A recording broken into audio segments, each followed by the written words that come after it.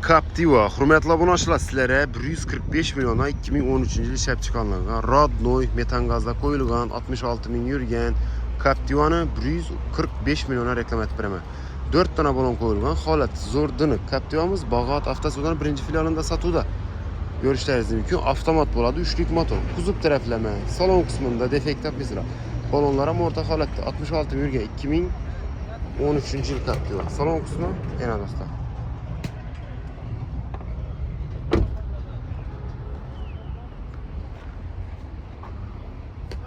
Mashina Bag'at avtosavdoning birinchi filialida yurtdoshlar bemalol kelib shu mashinamizni xarid qilib ketishlaringiz mumkin. 145 million so'm. Naqd pul, barter, kredit asosida xudo xolasa. Hurmatli obunachilar, sizlardan shunday sotiladigan mashina bo'lsa, bemalol olib kelaversak, kelsangizda kelishsak, naqd olamiz, bo'lmasa sotib beramiz. Qo'ldan kelincha kelsangizda mashina olish, sotish temani shu yerda bitirasizlar. Kuzatib o'tirganlaringiz uchun rahmat, kelaverasizlar.